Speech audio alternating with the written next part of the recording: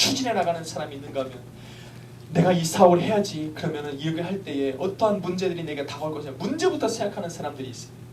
여러분 어떤 상황입니까? 여러분 어떠한 것을 시작할 때에 문제부터 생각합니까? 아니면 그것이 성공되어졌을 때에 놀라운 삶의 변화들을 먼저 생각을 합니까? 성경은 말하기를 먼저 무엇입니까? 믿음은 바라는 것들의 실상이라고 말합니다. 우리는 예수 그리스도를 믿는 믿음이 있으면 우리가 그 문제들은 당연히 다가오는 것일 수 있습니다. 그러나 성경은 우리에게 말하는 것은 내가 바라고 있는 성공의 목표를 바라보고 그림을 그리고 믿음으로 기도하며 나아가는 것이 우선이라고 얘기하고 있는 것입니다. 만약 우리가 그렇지 않고 살아가고 있다면 여러분은 그렇게 해야 됩니다. 왜 그렇습니까? 빌립보서 4장 13절에 보니까 내게 능력 주시는 자 안에서 내가 모든 것을 할 수 있느니라고 말하고 있는 것입니다.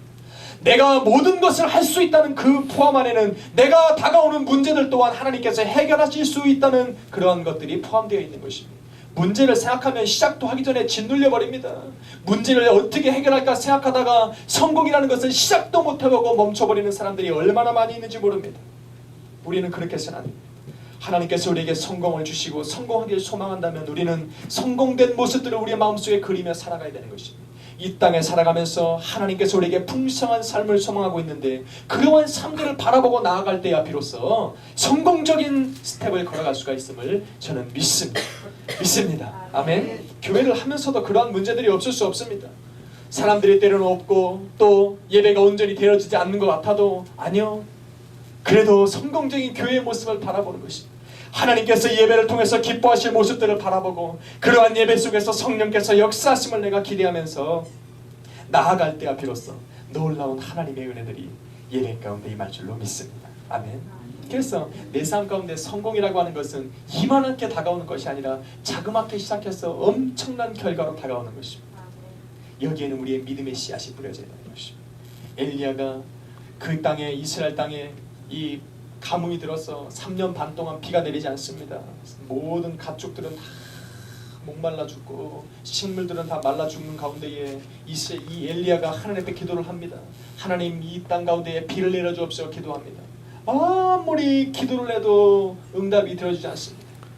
그리고 엘리야가 자기 종하고 한번 가서 높은 산에 올라가서 기도를 하기 시작합니다. 하나님 이 땅 가운데 하나님 비를 내려주셔야 됩니다. 내려주시지 아니하면 이 땅 사람들 다 죽습니다 라고 간절히 기도하고 있는데 고개를 들어보니 한양 구름 한 점 없는 맑은 날씨가 떠보고 또 간절히 기도를 하고 하루가 지나고 이틀이 지나고 또 하늘을 바라봐도 이 구름 한 점 없는 대낮이 밝아. 그리고 또 기도를 하는 것입니다. 그리고 나서 기도를 마칠 때마다 항상 종에게 이렇게 물어봅니다. 하늘에 뭔가 보이지 않느냐? 뭐 밝은 대낮에 뭐가 보입니까? 해만 쩌렁쩌렁하게 햇빛만 비치지. 그리고 또 기도를 합니다. 그리고 또 눈을 떠서 종에게 물어봅니다. 하늘에 뭐가 보이지 않느냐? 그랬더니 종이 뭐라 말합니까? 손바닥만한 구름이 저기 멀리 있다고 말합니다. 아니 땅에서 하늘을 바라보는데 손바닥만한 구름이 얼마나 큰 겁니까? 그런데 엘리야는 그것을 붙잡는 것입니다. 그것이 바로 하나님의 응답이라고 믿었습니다. 그래 이제는 하나님께서 이 땅에 비를 내리기 시작한다는 것을 확 마음에 믿어버린 것입니다. 그리고 나서는 이제는 뭐냐면 땅에 고를 파라고 했습니다. 저 비가 엄청난 비가 되어서 이 땅에 내릴 것이니 고를 파라고 한 것입니다. 아니 아직 손바닥만한 구름밖에 안 보이는데 종은 그것을 바라볼 때 보이지도 않는데 이 엘리야는 그것을 믿음으로 바라봤기 때문에 이제는 고를 만들고 고랑을 만들고 비가 내릴 것이니까 너희는 준비를 하라고 한 것입니다. 그리고 나서 기도를 하고 이 엘리야의 마음속에는 뭐가 있냐면 이 비가 내려서 엄청나게 이 땅에 축복의 단비가 내릴 것을 믿음으로 그렸다는 것입니다. 그리고 나니까 이 구름이 점점 커지면서 엄청난 하나님 앞에 그 축복의 단비가 되어서 이 땅에 내리더라는 것입니다. 여러분 삶 가운데도 하나님의 놀라운 믿음의 축복은 반드시 여러분의 삶 가운데 이루어질 수 있으나 그것을 볼 수 있는 사람이 있고 보지 못하는 사람이 있는가 하면 보고도 믿을 수 없는 사람이 있는가 하면 보고도 열심으로 믿음으로 간직하는 사람이 있다고 하는 것입니다. 여러분은 바라봐야 되는 것입니다. 하나님께서 내 삶 가운데에 조그만 믿음으로 하나님이 내게 주셨을 때 이것을 내가 믿음으로 바라보는 사람이 있는가 하면 그렇지 못하고 잊어버리는 사람이 있다는 것입니다. 여러분은 그것을 믿음으로 바라봐야 됩니다. 그것이 바로 하나님께서 여러분에게 소망하는 것입니다. 믿음이란 이런 것입니다. 내 삶 가운데 자그마한 응답이 내 삶 가운데 놀라운 역사로 일어나게 하는 것이 바로 믿음이라고 하는 것입니다. 믿으십시오. 성경이 그렇게 말하고 있는 것이죠. 마지막 네 번째로 어떻게 우리의 믿음을 보여줄 수 있는가? 예배를 통해서 보여줄 수 있습니다. 여러분 예배라는 것이 무엇입니까? 예배라는 것은 단순하게 이 자리에 나와서 앉아있는 것이 예배입니까? 그것이 아닙니다. 예배라고 하는 것은 하나님 앞에 내가 드리는 것입니다. 무엇을 드립니까? 꼭 드린다고 하면 물질을 생각합니다. 교회는 물질을 드리기 위해서 나오는 것이 아닙니다. 그것은 내 마음속에 하나님이 주신 감격과 기쁨으로 내가 하나님 앞에 드리는 것이지 그것이 전부가 아닙니다.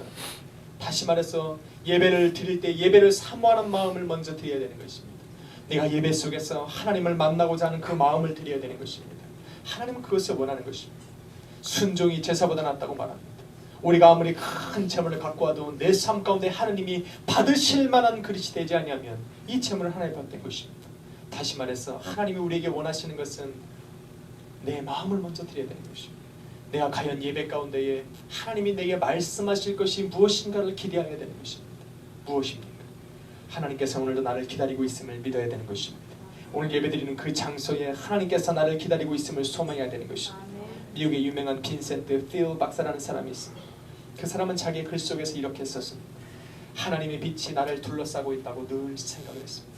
그 사람이 성공하기 전에 박사가 되고 유명한 사람이 되기 전에 자기의 주머니 속에는 항상 5가지의 글을 적어서 주머니에 다녔다고 합니다. 첫 번째는 뭐냐면 하나님의 빛이 나를 둘러싸고 있다. 또한 하나님의 사랑이 나를 둘러싸고 있다. 하나님의 놀라운 능력이 나를 둘러싸고 있다. 하나님의 임재가 나를 지켜보고 있다. 마지막 5번째로 내가 어디로 가든 하나님이 그곳에 계신다라는 글을 자기는 적어가도 다녔답니다.